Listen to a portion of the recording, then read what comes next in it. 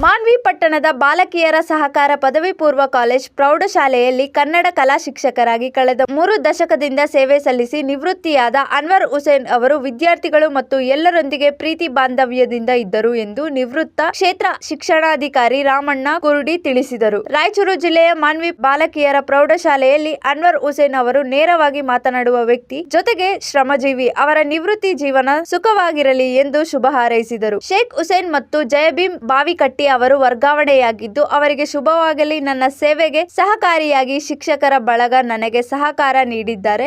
ಶಾಲಾ ವೃತ್ತದಲ್ಲಿ ಶಿಕ್ಷಕರಾಗಿ ಸೇವೆ ಮಾಡುವಾಗ ಕಷ್ಟದ ರೀತಿಯಲ್ಲಿ ಸೇವೆ ಮಾಡಿದ್ದೇವೆ. ನನಗೆ ಸಹಕಾರ ನೀಡಿದ ಎಲ್ಲರಿಗೂ ಅಭಿನಂದನೆಗಳು ಎಂದು ನಿವೃತ್ತ ಕಲಾ ಶಿಕ್ಷಕ ಅನ್ವರ್ ಹುಸೇನ್ ತಿಳಿಸಿದರು.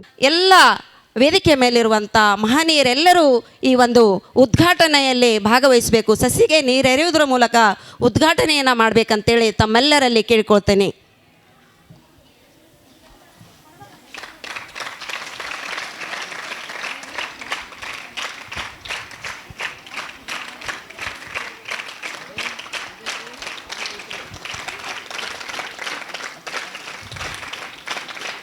ಹಸಿರೇ ಉಸಿರು. ಈಗ ತಾನೇ ಆ ಒಂದು ಶಿಕ್ಷಣ ಇಲಾಖೆಯ ಒಂದು ಆದೇಶ, ಎಲ್ಲ ವಿದ್ಯಾರ್ಥಿಗಳು ಮರವನ್ನು ನೆಡಬೇಕು ಅಂತೇಳಿ, ಹಾಗಾಗಿ ಈ ಒಂದು ಸಸಿಗೆ ನೀರೆರೆಯುವುದರ ಮೂಲಕ ಆ ಒಂದು ಕಾರ್ಯಕ್ರಮವನ್ನು ಉದ್ಘಾಟನೆ ಮಾಡ್ತಾ ಇದ್ದಾರೆ ಎಲ್ಲ ಮಹನೀಯರು.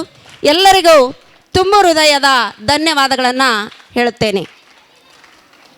ಅಂಥ ಒಂದು ಕುಟುಂಬದ ಒಂದು ದಂಪತಿಗಳಿಗೆ ಇವತ್ತಿನ ಒಂದು ದಿನ ನಾನು ಏನಂತಂದರೆ ಅವರ ವಯೋನಿವೃತ್ತಿಯ ಜೀವನವನ್ನು ಅತ್ಯಂತ ಸುಖಕರವಾಗಿರಲಿ, ಒಂದು ಸುಂದರವಾಗಿರಲಿ, ಅವರ ಆರೋಗ್ಯ ಆಯುಷು ದೇವರು ಕೊಟ್ಟು ಕಾಪಾಡಲಿ ಅಂತಕ್ಕಂಥ ಈ ಸಂದರ್ಭದಲ್ಲಿ ಮಾತಾಡ್ತೇನೆ.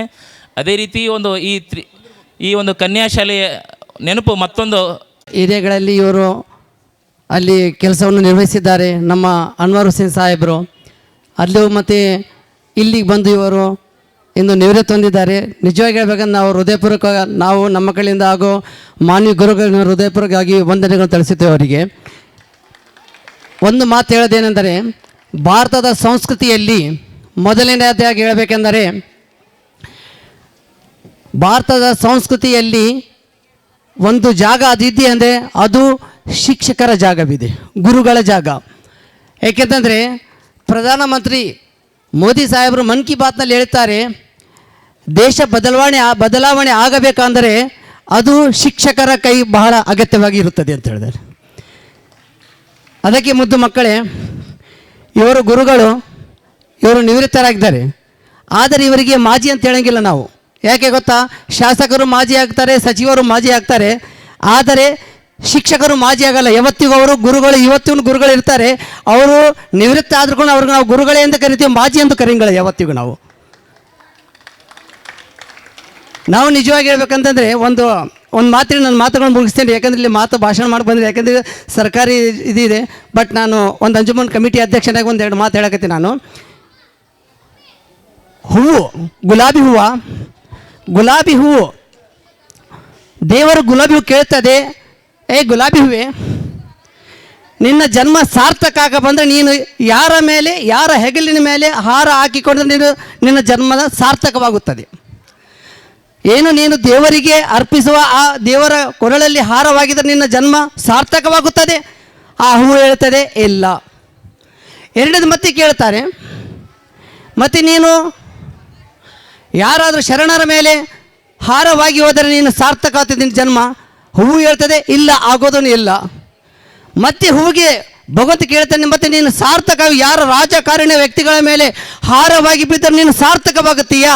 ಹೂವು ಹೇಳ್ತೇನೆ ನಾನು ಸಾರ್ಥಕ ಆಗೋದೇ ಇಲ್ಲ. ಆಗ ಭಗವಂತ ಹೂವಿಗೆ ಕೇಳ್ತಾನೆ, ಹೇ ಹೂವು, ನೀನು ಸಾರ್ಥಕ, ನಿನ್ನ ಜನ್ಮ ಸಾರ್ಥಕ ಆಗ್ಬೇಕಂತಂದ್ರೆ ನೀ ಯಾರ ಮೇಲೆ ಹೋದರೆ ನೀನು ಸಾರ್ಥಕವಾಗುತ್ತೆ.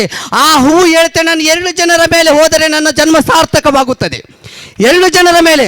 ಒಂದನೇದು, ನಮ್ಮ ದೇಶಕ್ಕಾಗಿ ವೀರ ಯೋಧರು ಎಲ್ಲಿ ಇರ್ತಾರೆ ಅವರು ಸಾವನ್ನಪ್ಪಿದ್ದಾರೆ, ಇಲ್ಲ ಅವರ ಮೇಲೆ ಹಾರ ಹಾಕಿದರೆ ನನ್ನ ಜನ್ಮ ಸಾರ್ಥಕವಾಗುತ್ತದೆ.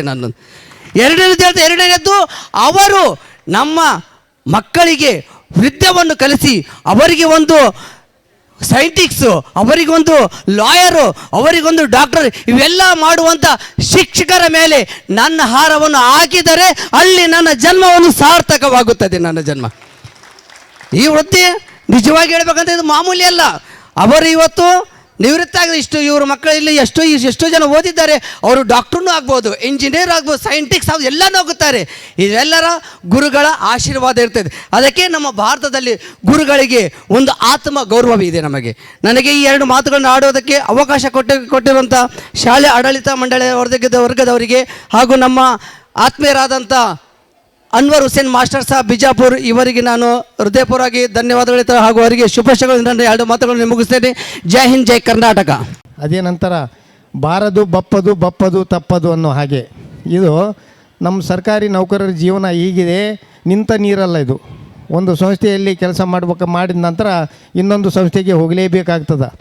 ಈಗ ಮೊದಲನೇದಾಗಿ ನಮ್ಮ ಒಂದು ಸಹೋದ್ಯೋಗಿ ಆದಂಥ ಶ್ರೀ ಶೇಖ್ ಹುಸೇನ್ ಸರ್ ಬಗ್ಗೆ ಒಂದೆರಡು ಅನಿಸಿಕೆ ಹೇಳ್ತೀನಿ. ಯಾಕಂದರೆ ಇಲ್ಲಿ ಹೆಚ್ಚು ನಾವು ಮಾತಾಡೋದಕ್ಕೆ ಇದಿಲ್ಲ. ಯಾಕಂದರೆ ವಿದ್ಯಾರ್ಥಿಗಳು ಹೊಟ್ಟೆಯಲ್ಲಿ ತಾಳ ಆಗ್ತಾಯಿದೆ, ಇವ್ರು ಏನು ತಲೆ ತಿಂತಾರಪ್ಪ ರಿಟೈರ್ಡ್ ಬಿ ಯು ಅಂತ ಹೇಳ್ಕೊಂಡು ಕುಂತಿದ್ದಾರೆ. ಯಾವಾಗನ್ನು ಬಿಟ್ಟಾರೆ ಯಾವಾಗ ಬಂದ್ ಮಾಡ್ತಾರೆ ಮಾತಾಡೋದು ಅನ್ನುವಂಥದ್ದು. ಅದಕ್ಕೆ ಈ ಶೇಖ್ ಹುಸೇನ್ ಸರ್ ನಿಜವಾಗಲೂ ನಾನಿಲ್ಲಿ ಉಪ ಪ್ರಾಂಶುಪಾಲರಾಗಿ ಇದ್ದಾಗ ಅವ್ರು ಬಂದರು, ಶಾಲೆಗೆ ಹಾಜರಾಗೋದಕ್ಕೆ ಬಂದ ತಕ್ಷಣ ನೇರವಾಗಿ ನಮ್ಮನ್ನು ಕೇಳ್ತಾರೆ, ಇಲ್ಲಿ ಪ್ರೌಢಶಾಲೆ ಎಲ್ಲಿದೆ ಅಂತ ಕೇಳಿದ್ರು. ನಾನು ಆ ಚೇರಲ್ಲಿ ಅಂತ ಕುಂತಿದ್ದೆ. ಸರ್ ನಾವೇ ರೀ ಉಪ ಪ್ರಾಂಶುಪಾಲರು ಅಂತಂದರೆ, ಸರ್ ನಮಸ್ಕಾರ ಅಂತೇಳಿ ಅವರು ಹಾಜರಾದ ನಂತರ ನಿಜವಾಗಲೂ ಅವರಲ್ಲಿ ಒಂದು ಕಿಂತಿಷ್ಟು ಸಿಟ್ಟೆಂಬುದಿಲ್ಲ. ಅವರು ಈಗಾಗಲೇ ನಮ್ಮ ಶಿಕ್ಷಕ ಬಂಧುಗಳು ಹೇಳ್ತಾರೆ, ಅವರು ನಮ್ಮೆಲ್ಲರಿಗೆ ಹೆಡ್ ಮಾಸ್ಟರ್ ಅವರೇ ರೀ ಅಂತ ಹೇಳ್ತಾರೆ. ಈಗಾಗಲೇ ಸರ್ ಹೇಳಿದರು. ಯಾಕಂದರೆ ಅಂಥ ಒಂದು ಒಳ್ಳೆಯ ಮನೋಭಾವನೆ ಅವರಲ್ಲಿದೆ. ನನ್ನ 60 ವರ್ಷ ಜೀವನದಲ್ಲಿ ಅಂಥ ನಾನು ಶಿಕ್ಷಕರನ್ನ ನೋಡಿಲ್ಲ. ಸಿಟ್ಟೆಂಬುದಿಲ್ಲ ಅವರಲ್ಲಿ. ನಗಿಸುವಂಥ ಒಂದು ಚಾತುರ್ಯತೆ ಅವರಲ್ಲಿದೆ. ಅವರಲ್ಲಿ ಯಾವುದೇ ಕೆಲಸ ಒಪ್ಪಿಸಿದ್ರು, ಸರ್ ನನ್ನ ಕೈಲಿ ಆಗಲ್ಲ ಎನ್ನುವಂಥದ್ದನ್ನು, ಅಂದರೆ ನಾನು ಕೆಲಸ ಮಾಡುವಂಥ ಸಂದರ್ಭದಲ್ಲಿ ನನ್ನ ಒಂದು ಅನುಭವ ನಾನು ಹೇಳ್ತಾ ಇದ್ದೀನಿ. ಅವರಲ್ಲಿ ಯಾವುದೇ ಕೆಲಸ ಹೇಳಿದರು ಆಯ್ತು ಸರ್, ಸರಿ ಸರ್, ನಾನು ಕೆಲಸ ಮಾಡ್ತೀನಿ ಸರ್, ಹೋಗ್ತೀನಿ ಸರ್, ಆಯ್ತು ಸರ್ ಎನ್ನುವಂಥ ಒಂದು ಮನೋಭಾವನೆ ಅದು ಇದ್ದರೆ, where is like there is way ಅಂದಂಗೆ. ಎಲ್ಲಿ ಮನಸ್ಸಿರ್ತದೆ ಅಲ್ಲಿ ಮಾರ್ಗ ಇದ್ದೇ ಇರ್ತದೆ. ನಾವೆಲ್ಲಾದರೂ ಜಯಿಸ್ತೀವಿ, ಮನಸ್ಸಿರ್ಬೇಕು ಅಷ್ಟೇ. ಮನಸ್ಸಿದ್ರೆ ಮಾತ್ರ ದೇವರು ಅವರಿಗೆ ಒಳ್ಳೆಯ ಒಂದು ದಾರಿ ತೋರಿಸ್ತಾನೆ. ಅಂತಹ ಸ್ವಭಾವದ ವ್ಯಕ್ತಿ, ಸರಳ ಸ್ವಭಾವದ ವ್ಯಕ್ತಿ. ನಾನು ಬಂದ ತಕ್ಷಣ ಅವ್ರ ತಂದೆಯವರಿಗೆ ನಾನು ಹೇಳೀನಿ, ಸರ್ ನಿಮ್ಮ ಮಗ ನಿಜವಾಗಲೂ ಒಳ್ಳೆಯ ಒಂದು ವಾಗ್ಮಿ, ಒಳ್ಳೆಯ ಚಾತುರ್ಯತೆ, ಒಳ್ಳೆಯ ಒಂದು ಮಾತುಗಾರ, ಒಳ್ಳೆಯ ಕೆಲಸ ಮಾಡ್ತಾರೆ ಅಂತ ಹೇಳಿದೆ. ಎಲ್ಲ ದೇವ್ರ ದಯ ಅಂತ ಅವ್ರ ತಂದೆಯವರು ಹೇಳಿದರು. ಇಂಥ ಒಂದು ಮನಸ್ಸಿದ್ರೆ ಅವರು ಎಲ್ಲೇ ಹೋಗಲಿ ಜಯಿಸ್ತಾರೆ. ಇನ್ನೊಬ್ಬರು ನಮ್ಮ ಒಂದು ಶಾಲೆಯಲ್ಲಿಯೇ ಜೈ ಭೀಮ್ ಸರ್ ಇದ್ದಾರೆ. ಅವರು ಏಕ್ ಮಾರ್ ದೋ ತುಕಡ, ಏಕ್ ಮಾರ್ ಏಕ್ ತುಕಡ ಅಂತಾರಲ್ಲ, ಅವ್ರು ಯಾರಿಗೆ ಹಂಚ್ಕೊಡಲ್ಲ, ಕರೆಕ್ಟ್ ಕೆಲಸ ಮಾಡೋರು ಮಾತ್ರ.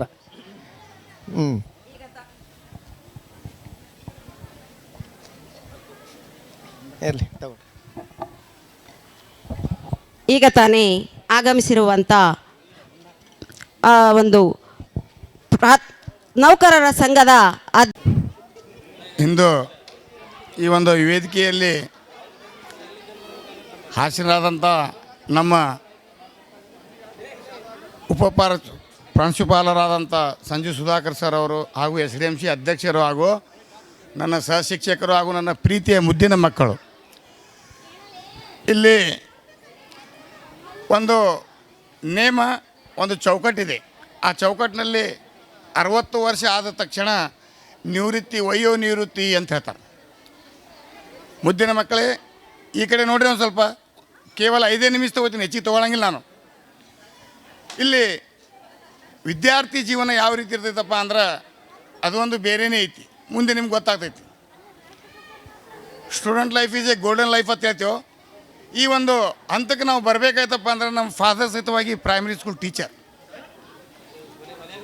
ಅವರು, ನಾನು ಶಿಕ್ಷಕನಾಗಿ ನೀನು ಶಿಕ್ಷಕನಾಗಬೇಕಂತೇಳಿ ನನಗೆ B.Ed ತನಕ ಓದಿಸಿದ್ರು. ಈ ಒಂದು ಜೀವನದಲ್ಲಿ ಡಿಗ್ರಿಯನ್ನು ಮುಗಿಸ್ಕೊಂಡು B.Ed ಮುಗಿಸ್ಕೊಂಡು ಒಂದು ಹಂತಕ್ಕೆ ಬಂದಾಗ ಮೊಟ್ಟ ಮೊದಲಿಗೆ ಮುರಾನ್ಪುರ ತಾಂಡಾಗ ಅಪಾರ್ಟ್ಮೆಂಟ್ ಆದಾಗ ನನಗೆ ಮುನಿಸ್ವಾಮಿ ಪವಾರ್ ಅಂಥೇಳಿ HM ಇದ್ದರು. ಹಾಗೂ ಮುಖಪ್ ಕಟ್ಟಿಮನಿ ನಾನು ಕೋವರ್ಕರ್ ಆಗಿದ್ದೆವು. ಅವರು ನನಗೆ ಎಷ್ಟು ಸಹಾಯ ಮಾಡಿದ್ರಪ್ಪ ಅಂದ್ರೆ, ಅದನ್ನು ನಾನು ಹೇಳಲಿಕ್ಕೆ ಬಯಸೋದಿಲ್ಲ. ಪ್ರತಿಯೊಂದು ವಿಷಯದಲ್ಲಿ ಇಷ್ಟು ಸಹಕಾರ ನೀಡ್ತಿದ್ರು ಇಬ್ಬರು. ಯಾಕಂದ್ರೆ ನಾವು ಹೊಸದಾಗಿ ಅಪಾಯಿಂಟ್ಮೆಂಟ್ ಆದಾಗ ಯಾವ ರೀತಿ ಹೋಗಬೇಕು, ಏನು ಮಾಡಬೇಕು ಅನ್ನೋದ್ರ ಬಗ್ಗೆ ನಮಗೆ ತಿಳಿತಿದ್ದಿಲ್ಲ. ಆಫೀಸ್ಗೆ ಹೋಗ್ಬೇಕಂದ್ರೆ ಭಯ ಬರ್ತಿತ್ತು. ಈ ರೀತಿ ಇದ್ದಾಗ ನನಗೆ ತುಂಬ ಒಂದು ಸಹಾಯ ಮಾಡಿದರು. ನಂತರ ಅವರು ಟ್ರಾನ್ಸ್ಫರ್ ಆಗಿ ಕ್ಯಾದಗಿರಿ ಬತ್ತಿಗೆ ಹೋದರು. ಕ್ಯಾದಗಿರಿ ಅವರು ನಂತರ ಅವರು ಮುಖಪ್ ಕಟ್ಟಿ ಮನೆ ಸರ್ ಈ ಕಡೆ ಆದಾಪುರ ಪೇಟೆ ಬಂದಿಂದ ನಾನೇ ಚಾರ್ಜ್ ತೊಗೊಂಡೆ. ನಂತರ 2007ರಲ್ಲಿ ನಾನು ಸಹಿತವಾಗಿ ಇಲ್ಲಿ ಲೋಕಲ್ ಶಾಲೆ ಬಾಜಿವಾಡಕ್ಕೆ ಬಂದೆ. ಬಾಜಿವಾಡದಲ್ಲಿ ಸೇವೆ ಸಲ್ಲಿಸಿ ನಂತರ 2015ರಲ್ಲಿ ಇಂದಿರಾನಗರ ಶಾಲೆ ಅಂತೇಳಿ ಬಸ್ ಸ್ಟ್ಯಾಂಡ್ ಹಿಂದೆ ಬಂದೆ. ಅಲ್ಲಿಂದ ನನಗೆ 2020ರಲ್ಲಿ ಬಡ್ತಿ ಹೊಂದಿ GHS ಸಂಗಾಪುರ್ಗೆ ಹೋದೆ. ಸಂಗಾಪುರದಿಂದ ಇಲ್ಲಿ ಕನ್ಯಾ ಶಾಲೆ ಬಂದೆ. ಇಲ್ಲಿ ಕನ್ಯಾ ಶಾಲೆಯಲ್ಲಿ ಒಂದು ವಿಶೇಷ ಏನು ಹೇಳ್ಬೇಕಪ್ಪ ಅಂದ್ರೆ, ನನ್ನ ನೆಚ್ಚಿನ ಉಪ ಪ್ರಾಂಶುಪಾಲರಾದಂಥ ಸಂಜು ಸುಧಾಕರ್ ಸರ್ ಅವರಿಗೆ ಅವರು ನೀಡಿದಂಥ ಸಹಕಾರ ಒಂದು ನಾವು ಎಂದೂ ಮರೆಯೋಂಗಿಲ್ಲ. ಯಾಕಂದರೆ ಪ್ರತಿಯೊಂದು ವಿಷಯದಲ್ಲಿ ಈ ಕೆಲಸ ಮಾಡುವಾಗ ಆಯಿತು ಎಸ್ ನೋ ಅಂತ ಇನ್ನೂವರೆಗೆ ಶಬ್ದ ಅವ್ರ ಬಾಯಿಂದ ಬಂದಿಲ್ಲ. ಇವತ್ತು ಚಿಕ್ಕ ಕೆಲಸ ಇರಲಿ, ಇವತ್ತು ದೊಡ್ಡ ಕೆಲಸ ಇರಲಿ, ಫೈನಾನ್ಸ್ ಇರಲಿ ಬಿಡಲಿ, ಒಟ್ಟಿನಲ್ಲಿ ಅವ್ರು ಏನು ಮಾಡ್ತಾರಪ್ಪ ಅಂದರೆ ಎಲ್ಲರ ಜೊತೆಯಲ್ಲಿ ಸಹಪಾಠಿಗಳ ಜೊತೆಯಲ್ಲಿ ಒಂದು ಕೇಂದ್ರ ಬಿಂದುವಾಗಿ ತಂದೆಯಾಗಿ ಕೆಲಸ ಮಾಡ್ಲಕತ್ತಾರ. ಇಷ್ಟು ನಾನು ಶಾಲೆಗಳನ್ನು ಅಡ್ಡಾಡಿದೆ, ಆದರೂ ಅಂಥ ಸ್ವಭಾವಗಳಂಥ ವ್ಯಕ್ತಿ ನಾನು ಜೀವನದಲ್ಲಿ ನೋಡ್ತೀನಿಲ್ಲ, ಆ ಪರಮಾತ್ಮಗೆ ಬಲ್ಲ. ಅವರಲ್ಲಿ ಸಿಟ್ಟನ್ನೋದಿಲ್ಲ, ನಕ್ಕೋತೆ ಮಾತಾಡೋರು ಬಂದ್ಕೊಳ್ಳಿ, ಏರಿ ಬರ್ರಿ ಈ ಕೆಲಸ ಮಾಡೋಣ್ರಿ, ಆಯಿತು ಸರ್ ಹ್ಞೂ ಅನ್ನೋದು. ಈ ರೀತಿಯಾದಂಥವರು ಇಡೀ ಒಂದು 20 ಸ್ಟಾಫ್ ನಮ್ಮಲ್ಲಿ, ಒಂದು 20 ಸ್ಟಾಫ್ನಲ್ಲಿ ಎಲ್ಲರ ಜೊತೆ ಹೊಂದಾಣಿಕೆ ಆಗೋಬೇಕು. ಅಷ್ಟು ಸಾಮಾನ್ಯ ಕೆಲಸ ಅಲ್ಲ. ಈಗ ನಮ್ಮ ಒಂದು ಮನೆ ಸಂಸಾರ ನಮಗೆ ಎಷ್ಟೋ ವಜ್ಜೆ ಆಗ್ತೈತಿ.